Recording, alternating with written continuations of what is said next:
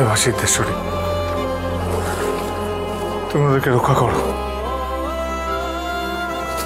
পূজা আবিরের যেন কোনো ক্ষতি না হয়, তুমি রক্ষা করো ওদেরকে। মহারাজ, মহারাজ, ওদের কোনো ক্ষতি হবে না, কারণ ওরা কারোর কোনো ক্ষতি করেনি।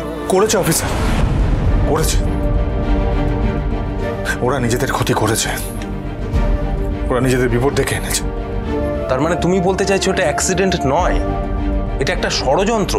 আমি নিশ্চিত অফিসার, এটা ষড়যন্ত্র।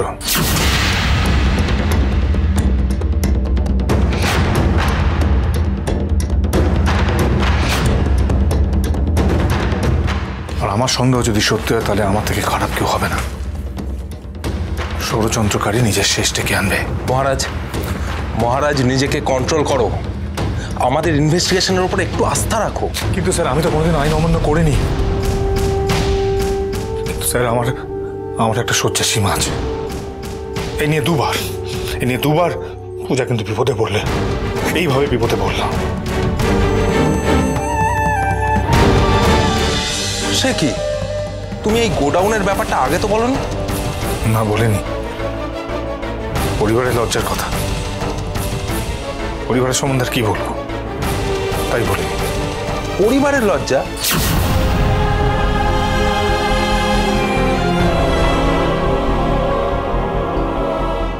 এটা আমার পরিবারের লজ্জার কথা, আপনারা যে কি করে বলবো। কি হলো মহারাজ, কিছু বললেন না? বেচারা আবির কোনো দোষ করেনি, শুধু শুধু বিপদের মধ্যে পড়ে গেল। তুমি কিন্তু এবার কথা ঘোরাচ্ছ মহারাজ।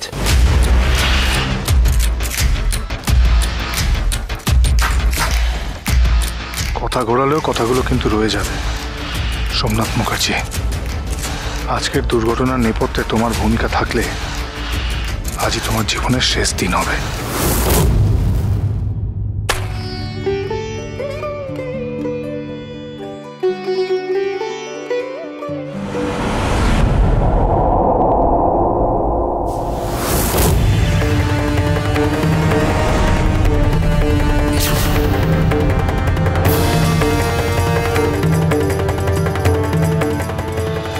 এসব হে ভগবান, মুখার্জি বাড়ির ওপর কোনো ঝড় আসতে চলেছে নাকি?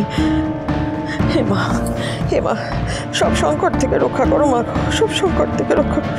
ঘরটাকে সংকটের আঁতুর ঘর বানিয়ে রাখলে কি আর রক্ষা করবে? এনেছো কোত্থেকে মালাটা? দুবার আমি বাঁধলাম, দেখলে না? তা সত্ত্বেও খুলে গেল। নাচতে না জানলে উঠোন বেকা। চলো আমি দেখছি। ওই বাচাল মেয়েটা তো রোজ বাঁধে, ওই খোলে না তো। পূজা মায়ের হাতে মা সিদ্ধেশ্বরীর আশীর্বাদ আছে, বুঝলে? মালা পরাতে হবে মা? দিন বাবা, আমি পরিয়ে দিচ্ছি, দিন। এই খবরদার, একদম হাত দেবে না। কাঁচা জামা কাপড় পরে এসে পুজোর কাজ করছে। যে শাড়ি পরে খাচ্ছ সেই শাড়ি পরে তুমি ঠাকুরকে মালা পরাবে?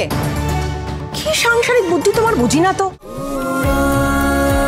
উড়ান সোম থেকে রবি প্রতিদিন রাত ৮টায় স্টার জলসায় ও ডিজনি প্লাস হটস্টারে।